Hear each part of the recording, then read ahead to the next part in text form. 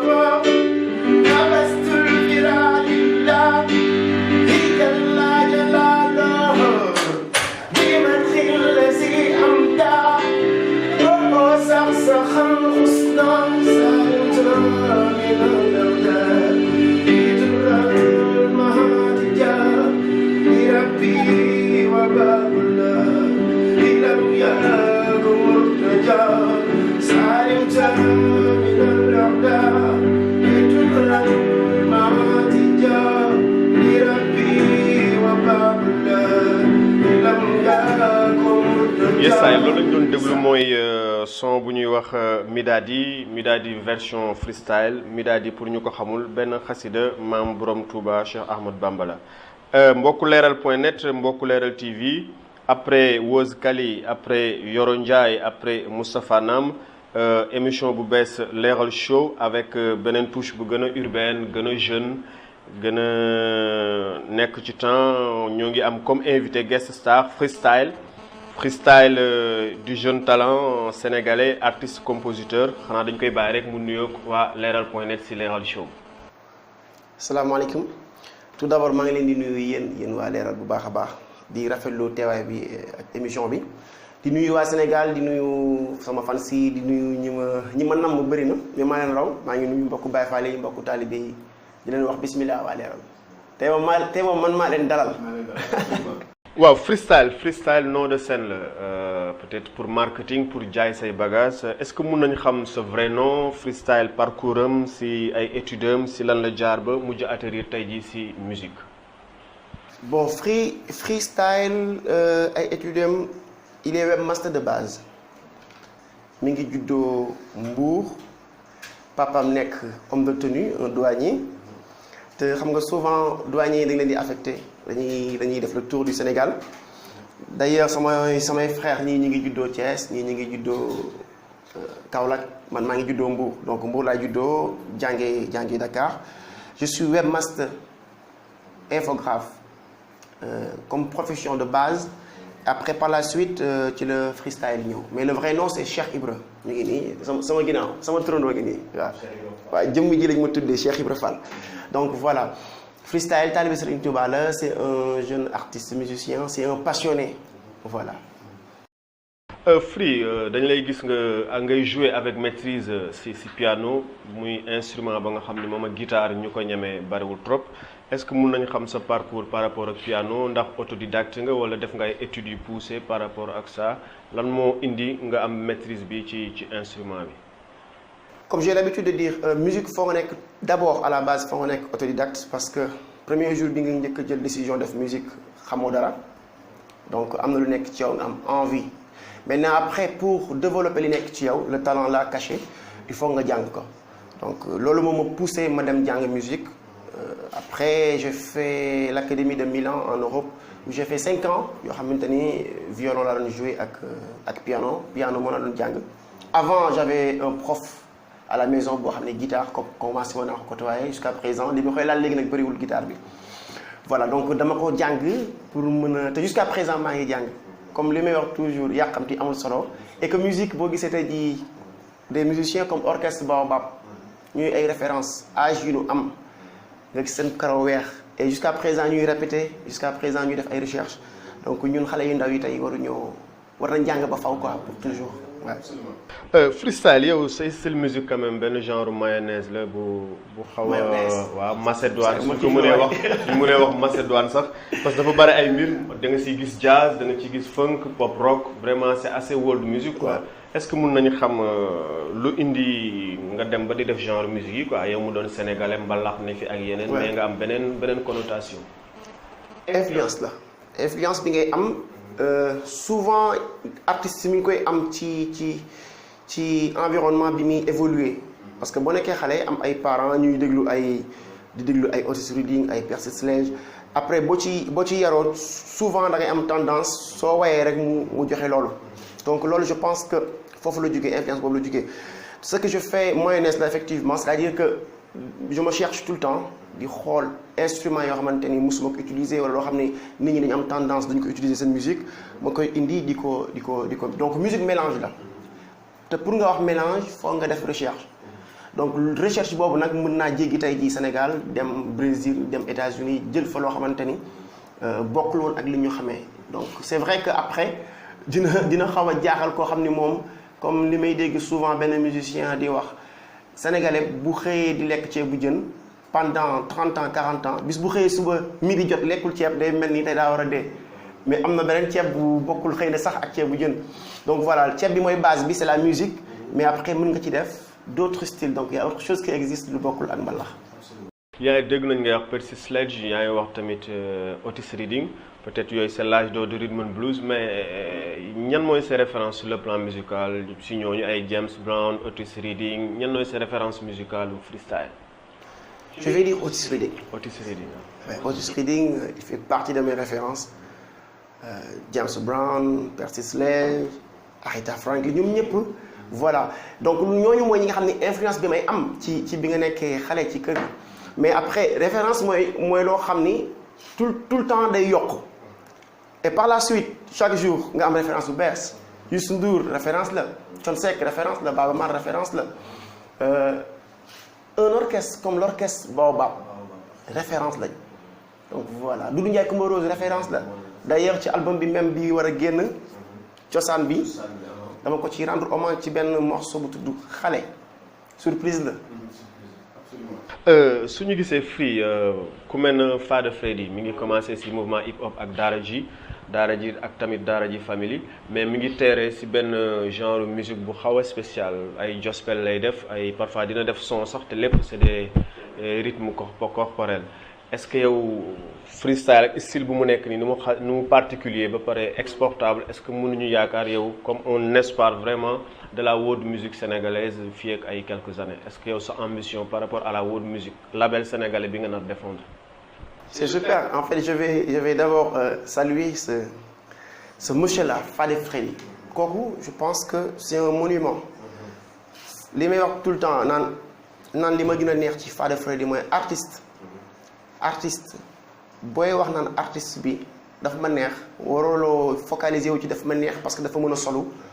wala otom dafa rafet wala dafa am xaalis non da nga war a wax artiste bi dafa ma neex parce que dafa mën a way et c'est le cas de Fada Freddy c'est-à-dire que il a le talent c'est un monsieur boo xamante ni c'est un artiste boo xam ni il a le talent dafa mën li muy def donc loolu je pense que référence la exemple ci jeune génération bi nekk fii yëpp tey jii on peut s'attendre à ça bien sûr parce que je suis un artiste tellement patient de la patience ça enveloppe beaucoup de choses quoi. Ouais. Bon dañuy dem rek déglu ci Leral Show morceau bu ñuy wax Super Fresh ci album Super Fresh. Bra. Yeah, Super Fresh. sama gars yi mooy Super Fresh. en fait bii maa ngi ko def en featuring ak Hot Def ak Tiff from Boston.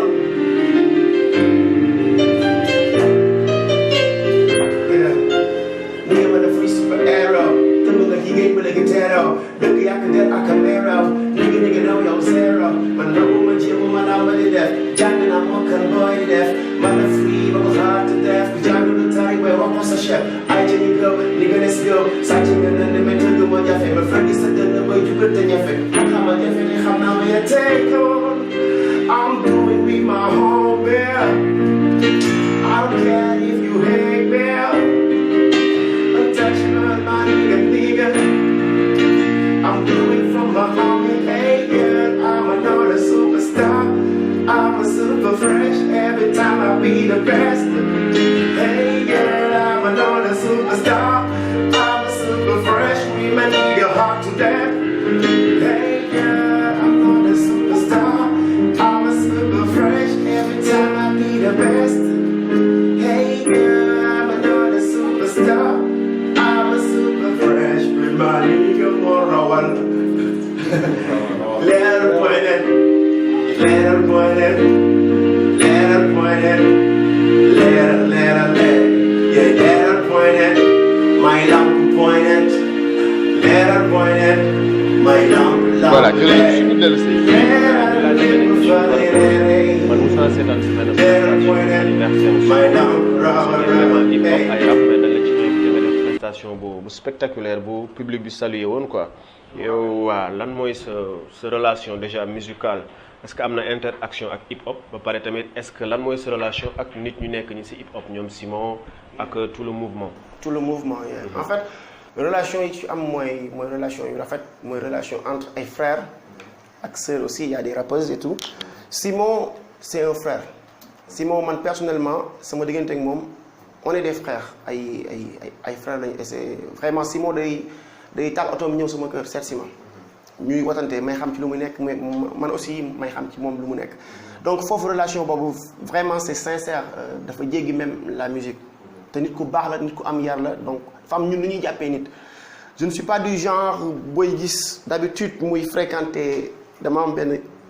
kii bu xaw a tasawufe gars yi nga koy wax loolu ci nature nit ki la artiste day am nature am bu bokkul ak la musique sama nature c'est plutôt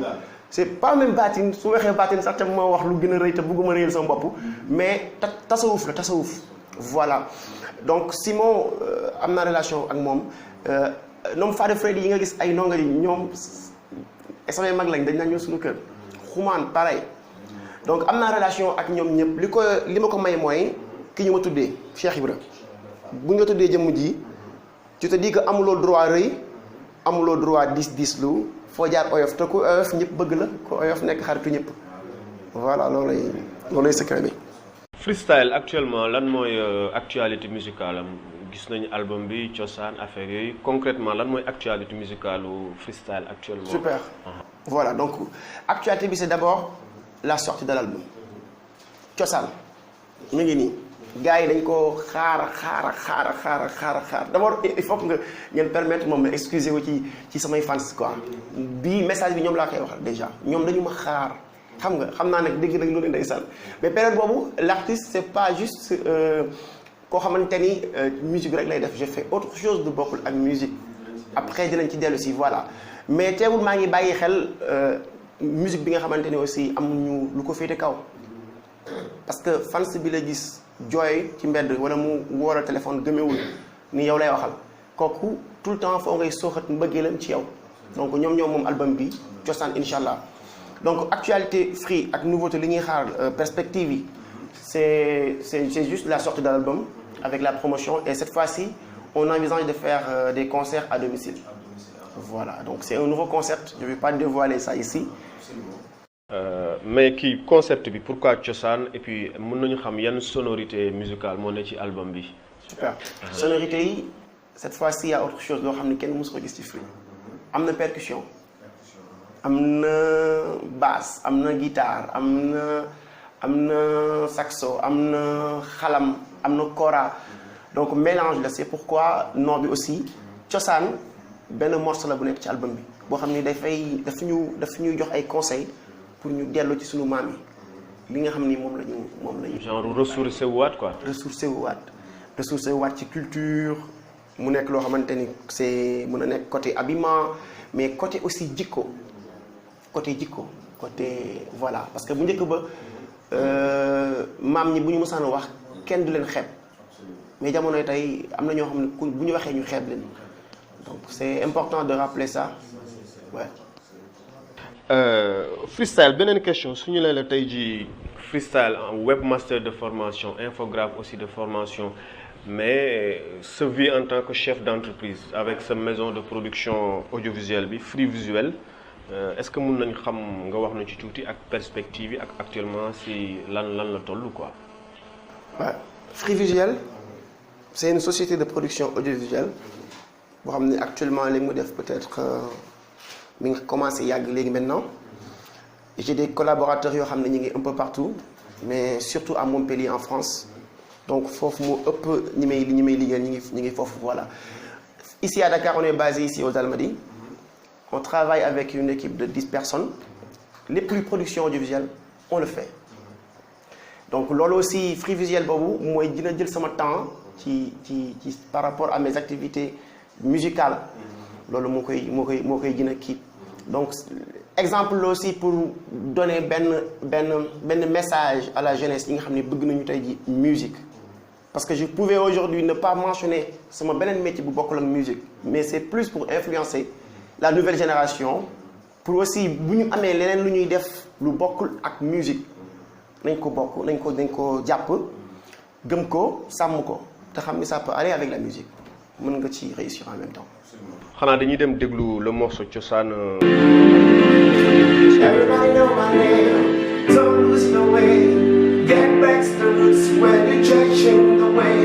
Do not follow your roots, you're back in the roots. Your story that tell your future, your story define your culture. African from the mixture, everybody reading the doctor. Bound to get the roots to live to know who you are. Keep preserving the legacy for who you are. Be open-minded, take your vibes you need. Success is coming, focus and trying. Challenge in your hand, just a money, never goes on. Mansura never goes on. Been like never goes on.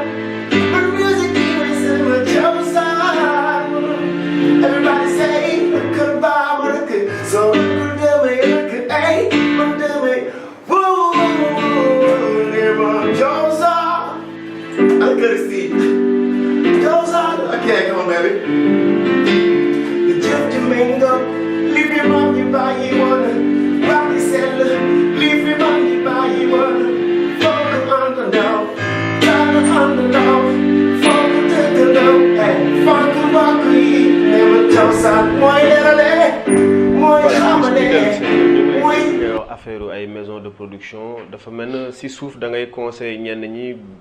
le fait que bon musique rek peut-être parfois industrie musicale sénégalaise du mën nourrir son homme ba war nañu vraiment xool ay yeneen canaux pour mu complémentaire quoi sur le plan économique parce que gis nañ fi actrices yu bare après nit ñi di leen gis di leen yërëm quoi débat boobu lan nga ciy wax par rapport à l'industrie musicale ñi amuñu droit de propriété intellectuelle mais aussi seen kii affaire retraite yeeg leur vie proprement dite quoi. C'est important moi à mon avis je pense que tey jii nii musicien bi war na mën a def musique ak leneen loolu c'est possible parce que industrie musicale pour man amul Sénégal et loolu état bi lay njëkk a joxoñ parce que état bi dañ ci xam nuñ ko mënuma parce que moo bu méchant la mënta am pour mën a qualifier état bi ni ñu defulee seen devoir avec la culture et surtout la musique c'est-à-dire que man je ne peux pas concevoir Sénégal musicien boo gisatul tey rek soo ko romboon ci mbedd bi sax da nga koy yërëm et c'est dommage tu comprends musicien boo gisatul sax boo ko gisee ci mbedd bi da nga ko daan saay da nga koy xool genre da nga koy bëgg a sarax parce que tu te dis que donc kii musique bi rek la war a dundee mais boo ko gisee da ngay xam ni que la mu ci war a am amu ko ci et c'est triste parce que gars ñi jàppale wuñu musiciens yi Sénégal amul pour man est-ce que am nañu ministre de la culture pour man est-ce que am nañu ko je me demande même est-ce que am nañu ko. J'ai vu notre nouveau ministre de la culture je le connais même pas personnellement mais le gars il dit que il n'est pas un expert de la culture c'est un juriste de formation c'est un journaliste mais lui-même il a avoué que je suis pas un expert de la culture donc kooku lu muy def ci poste pour nekk ministre de la culture moom il a avoué parce que xamu ko man je pense que ministre de la culture bi ñu war a am ça peut je pense que même ça serait même mieux de nommer une personne comme Youssou Ndour. Tout simplement parce que il a voyagé xam na culture yeneen dëkk yi cër bi ñu ko jox xam na culture li mu mën a apporter ndax ci culture la amee lépp lu mu am tey ji donc je pense que il faut que nga jël nit ki place ba mu yellool nga teg ko fa. donc musiciens sénégalais yi tey am na ñoo xamante ni ils sont malades kenn xamatul ci lu ñu nekk sonn nañu ñenn ñi amut waxuma la sax amatuñu essence mais jaay nañu suñu oto yi ñu yoroon donc sonn nañ donc je pense que il faut que ñu dimbali leen quoi.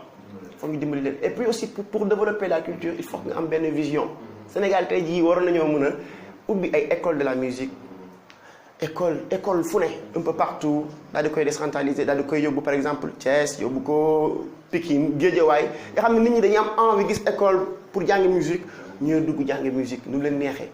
voilà c'est dommage. te loolu da ngay gis est-ce que du moom la ay Nigéria avec seen nouveau rythme bi nu ñuy fexe ba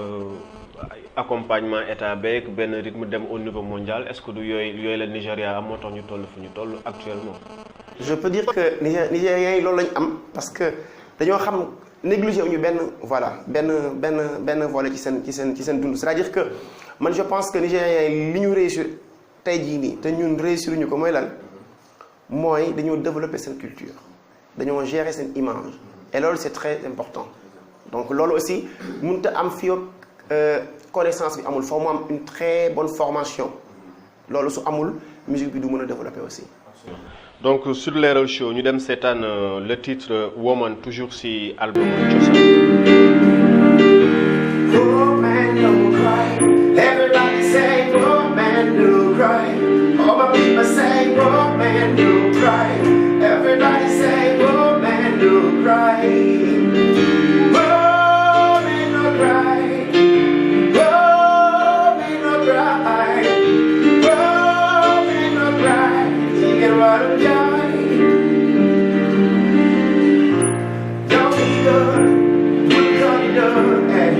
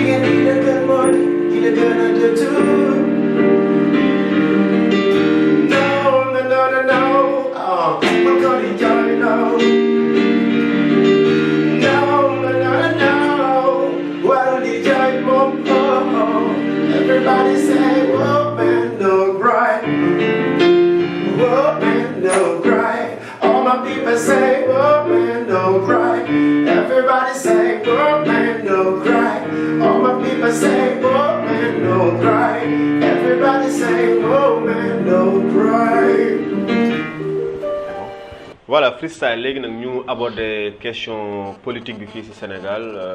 suñu la doon laaj politique bi fii ci Sénégal ay fu ngay soo xoolee man mooy Baye Fall mën nga kaani sax soo jëlee yow tey jii situation politique bu Sénégal bi ñoo ngi wax ay dialogue politique actuellement nan nga analyser situation politique bu Sénégal ak lan mooy sa relation tamit ak les entre guillemets les politiciens voilà. Il y a des gens qui ont vu mes photos avec Abdoulaye Wade ñu naan free ñu naan ndekete booy bi PDS la Abdoulaye Wade sama maam la voilà. en fait man li ma jàngatee tey jii situation dëkk bi je pense que Sénégal amatul démocratie et c'est dommage Sénégal dafa reculer par rapport ak fi Abdoulaye Wade nekkoon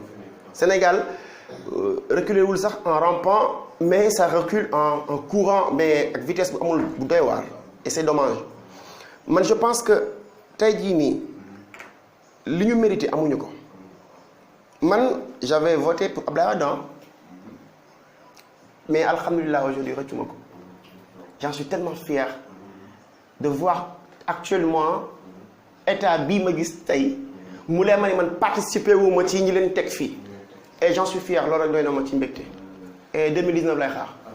waaw c'est vrai yéen en tant que artiste engagé yow lan nga nar def pour jéem situation boobu changer gisoon nañ peut-être le mouvement hip hop tamit ñuy jóg di wax avec Y'en a marre mais yow en tant que artiste engagé lan nga yaakaar la ñu war def pour mun a situation boobu changer. pour man du sax engagement parce que man Serigne Touba laa àndal moom laa yaakaar tey jii ñeewuma kenn te lépp lu ma am moom laa koy sante mais nit ki aussi waruloo égoïste da nga war a xalaat keneen ki nga xamante ni moom mi ngi yeewoo fu sori amul lu mu añee amul lu mu reere donc kooku aussi foo nga bàyyi ko xel te je pense que liberté d'expression fu mu amul réew boobu avancé wul gis nga même Sénégal suñu doon tey jii nii dawal ay oto yu jamaa te liberté d'expression amul réew boobu avancé wul parce que sa oto jamaa boobu mën nañ laa jël tëg la ci kaso te dootoo ko dawalati donc li tax tey jii nii nga mën a am jàmm ndax lu neex mën nga ko am te doo ko jëriñoo soo amul liberté mooy tax nga quand tu es libre mën nga jëriñoo xéewalu yàlla mais liberté boobu amatu fi et c'est ça qui est vraiment dommage nous on a voyagé on a fait le tour du monde gis nañ li am ci yeneen dëkk yi mais li am fii des fois même ça te fait tellement rire t'as envie même de voilà quoi parce que c'est triste liberté aussi am na limite warta nekk aussi ñàkk teggin war nañu xam aussi li ñuy wax doomu adama tu sais mon frère liberté aussi warta vulgaire warta ñàkk teggin xam-xam da nga koy solal yére wodd ko ba mu yiw ba mu rafet yéen nit mën ko jëriñoo sinon du doon xam-xam mais xam-xam lay doon xam-xam te xam-xam yow mi koy génne boo xoolee gars yi génne xam-xam sax ñoom seen bopp dañoo xam parce que ñoom seen bopp mais xam-xam ku koy génne day yaru parce que moom ci moom daa xam avant muy xamale et c'est important mais n'empêche lii am Sénégal recule et c'est vraiment dommage tey balaa ñuy plaider liberté peuple boo xam ni mi ngi Birmanie di leen plaider liberté di leen plaider seen jàmm yaram nañu bàyyi xel waa réew bi ñi fi nekk ba noppi ñu am jàmm mais boo mayul jàmm sa waa réew nga génn fi dem ba Nations Unies naan la liberté d'expression ou la liberté de vie. léegi yow en tant que artiste en tant que citoyen le président de la République du Sénégal son excellence Macky Sall ban appel nga koy lancer par rapport ak critiques yi nga apporté yëpp ci suñu république tey soo amoon benn message boo koy lancer directement mu dégg ko ba lan nga koy wax. tey su fekk damay ñaan yàlla ba noppi parce que je suis tellement petit pour lancer ko appel mu dégg ko parce que appel yi tàmbalul ci man donc je dirais que tey jii su ma doon lancer appel président Macky Sall dama koy ñaan président Macky Sall ngir yàlla Karim Wade dafa xees d'accord métis la d'accord bàyyi ko mu ñibbi si Sénégal parce que doomu réew bi la man Cheikh Ibra Fam laa tudd sama doom métis la mais doomu réew bi la comme ni ko Karim nekkee donc message bi lu gàtt la damay ñaan président son excellence Macky Sall mu bàyyi Karim Wade mu ñëw ci réew bi en 2019 il a le droit de se présenter ci élection yi mu ñëw seet si ku mu fi bëgg a seet si mu ñëw bu bëggee dem Touba siyaar yi mu dem Touba siyaar yi mu ñëw parce que il est sénégalais comme man comme moom kenn jënd ko nekk sénégalais message boobu lay ñaan le président de la République. léegi Free émission Leral Show jeex na Leral vraiment mi ngi lay jaajëfal xanaa ñu bàyyi rek nga def benn freestyle ak sa piano. benn tàggatoo ak aussi di leen bëggee bu baax a baax. mais personnellement am na ku may bëggee foofu man bu ëpp. mooy Mor Rawal. Mor Diouf Rawal. Mor sama frère la. Diouf Leral waaw Mor Rawal sama frère la. maa ngi leen di bëggee Leral. liggéey bi rafet na et c'est important aussi yéen ñu jàppale leen bu baax. di leen bàyyi xel aussi. yaa ngeen Oh, my nigga, show me if you got a style, if you got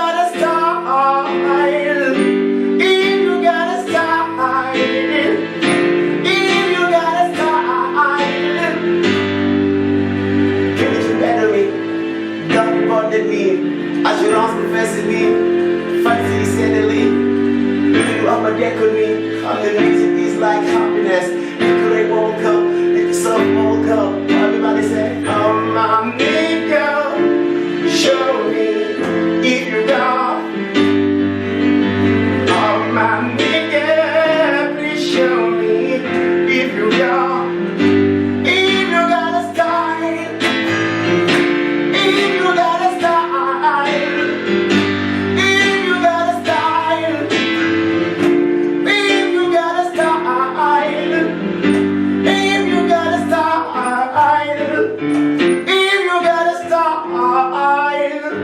if you got a style, style, if you got a style, oh, yeah. I'm a nigga, please show me if you got it. You got my book and so fancy around the world, didn't begin, didn't. Tu es au courant de ma nomination? Non. C'est sur leral.net. Yëg nga sama nomination? Déedéet. ñu ngi ci leral.net.